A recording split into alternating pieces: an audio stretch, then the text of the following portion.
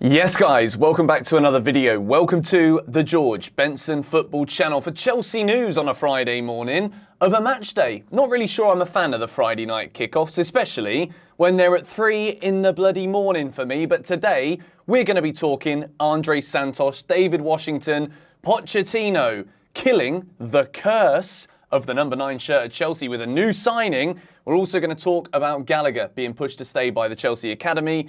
And then we're going to talk at the end of the video, if you manage to make it that far through, we're going to talk about some of the deals that Chelsea seem to have ruled out, which again leads us back into yesterday's news video as to who the number 10 signing could possibly be. Before we do get into anything, let's get the formalities out of the way, shall we? If you do enjoy what you see today, be sure to subscribe to the channel so you don't miss anything. And whilst you're at it, if you could hit the like button on the video, it always helps. So I've been led to believe in my 12-year YouTube career. We begin with Nottingham Forest agreed loan deal to sign Andre Santos. Here we go. He's joining until June from Chelsea. Set to be completed. Medical test to be scheduled soon, as called by the Times. No option to buy clause, as he's key part of Chelsea's future. First things first, no option to buy clause is brilliant, because I do think Andre Santos is a proper talent, and I think he's gone out on loan not because Chelsea don't know what they're doing, which is an easy way to look at this if you're a big Santos fan and you want to see him play for Chelsea right now. I just think there could be an element of this where Mauricio Pochettino has signed Romeo Lavia, he's got Caicedo, you've got Enzo there. It looks as though Gallagher is probably going to be staying at Chelsea. We'll talk about him more later.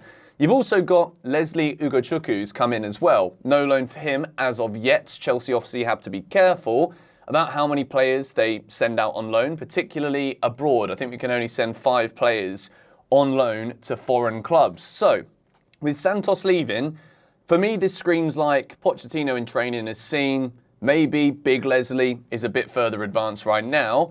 And because of Lavia, Caicedo coming in, we didn't see Santos in the squad for the game against West Ham last week. And for a young player of his quality, it's better that we send him on loan, see him at a Premier League club where I think he's going to get a lot of opportunities. I think Santos is a really, really good midfielder. And I think at Nottingham Forest, it's a great way for Chelsea to see that. I think he will walk into their team, maybe not starting every week, but I think it's one of those cases where they give him a run of games, sees the real deal, he gets a load of Premier League minutes, Chelsea get to analyse him against the best clubs in the league.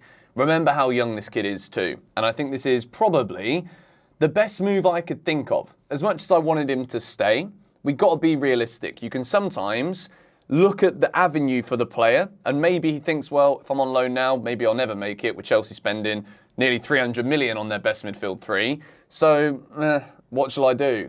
He goes on loan this season. I think this gives Chelsea the best opportunity for his development. We don't stifle that development by keeping him on the bench, sometimes not even making match day squads. So for me, I think this is a really good move for Andre Santos. Nizar Kinsella is saying here, with the subsequent additions of Leslie Ugochukwu, Romeo Lavia and Moises Caicedo, it's probably for the best decision. He looks Premier League ready, so hopefully Steve Cooper gives him a chance.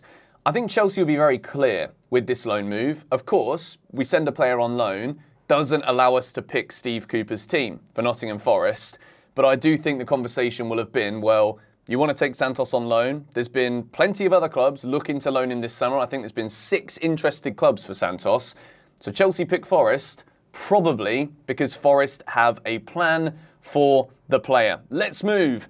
Official. We feel like we've been talking about David bloody Washington forever. Confirmed, 2005-born Brazilian striker David Washington signs as new Chelsea player. €16 million plus 4 million add-ons to Santos. Contract until June 2030. No option to extend until 2031.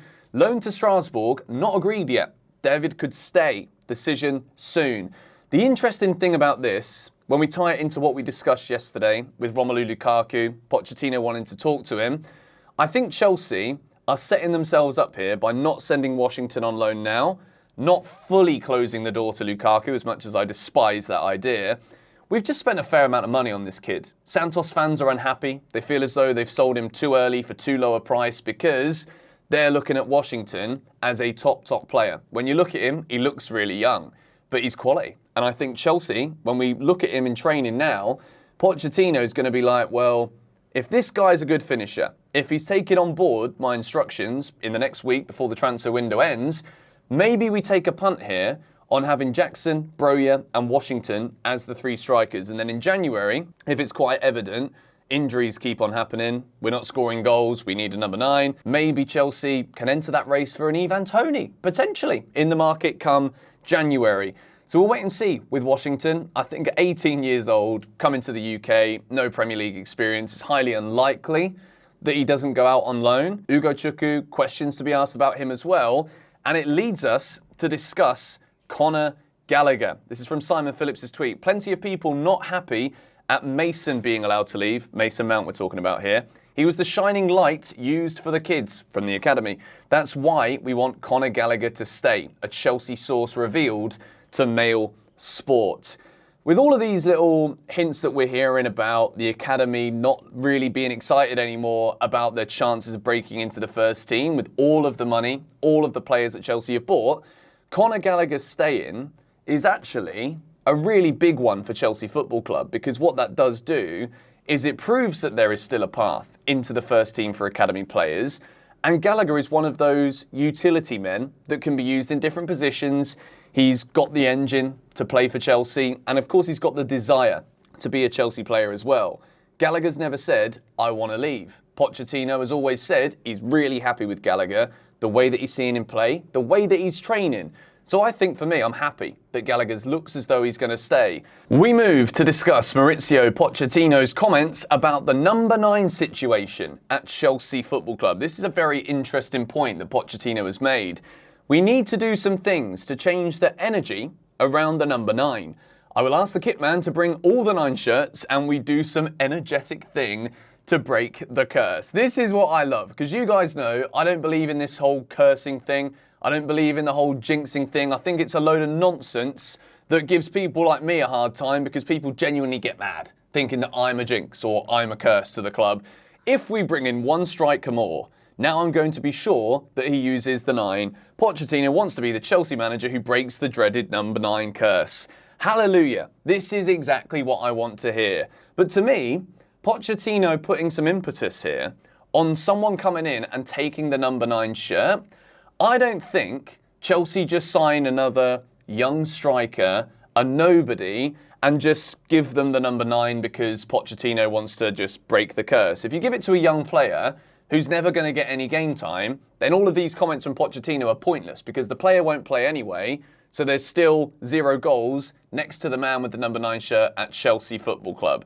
Don't think Washington's going to be given that number, if I'm honest. I think that's a very bold opening move and maybe a pressure that he doesn't want on his shoulders. But for me, this does sound as though Chelsea are looking here at a player potentially in the window right now, or in the market in January if we have to wait because they're not available. Maybe this suggests that Pochettino is actually looking for an out-and-out number 9. Armando Broja, there isn't any guaranteed confirmation that Broja is going to recover properly from that injury and be the same kind of tenacious player that we saw before. As much as I don't want to jinx it, in some people's opinions, there is no guarantee when you have an injury as substantial as the one that Armando Broja had that it will happen. Nicholas Jackson, as great of a player he is, I'm not sure if he's going to be an out-and-out number 9. There are elements of a Drogba game that we've seen with him, but he also loves to drop deep, loves to drift out wide. And I think as Pochettino learns the personnel in this squad, the profiles of the players he has, maybe there is a spot here for a number 9 to come in and just be that out-and-out box striker. I don't necessarily think having a player that just hugs the box is a good idea for Chelsea, because we've seen players do that. Havertz wasn't an out-and-out 9, but a lot of the times when Chelsea are attacking, he was in that position, null and void, never going to score a goal. I think this could be, whether I'm reading into it a bit too much, I don't know. Maybe Pochettino is looking and thinking, we do need another proper top striker, and we'll give him the number 9 curse and prove that the number 9 curse, we'll give him the number 9 shirt and prove that this number 9 curse doesn't exist. We're going to end it. We're going to finish it here. That's quite interesting, if you ask me. Let me know your thoughts on it in the comments down below. To finish off this video, Mohamed Kudus, he said it's basically his final game at Ajax. He's not going to be playing for them again. Let's see what happens in the next days. West Ham are very, very confident that they're going to get this deal done. I find it fascinating that he's going to West Ham. There'll be a release clause or a sell-on clause on there, for 10%. So Ajax know that it's going to be a stepping stone for Kudus. They'll get some extra money when they sell him, probably for a significantly higher fee than the 45 million euros. More on Balogun. Also, to finish the video, Plea has already said yes to AS Monaco project and also agreed personal terms days ago. Deal being finalised by the clubs, Arsenal insisting on final payment term details, and it will be done and sealed. This is good. The more that we can get these overpriced players that Chelsea have been linked with because we are desperate in the attacking positions, the better. I would much rather Chelsea stay quiet until the end of the window and then we really work on the top target, the prime target. We don't overpay for somebody. And I think Balogun at 50, 60 odd million would have been extraordinary. Chelsea should not have been spending that kind of money. Yes, he gets goals. Yes, he gets into great positions. He can poach. He can do a lot of things that we want our players in attacking areas right now to do. But I think we're paying over the odds for Flo Balogun. Looks as though he's on the way to Monaco. Let's wait and see. Let me know your thoughts. If we're looking into this Pochettino, number 9 comments in his press conference, who could it possibly be? And if we do hear any more on this, I'm going to do a video breaking down some potential players that Chelsea can buy in the final week of the window. Don't sleep on us in the transfer market. I don't think we're done yet. Come on, you Blues.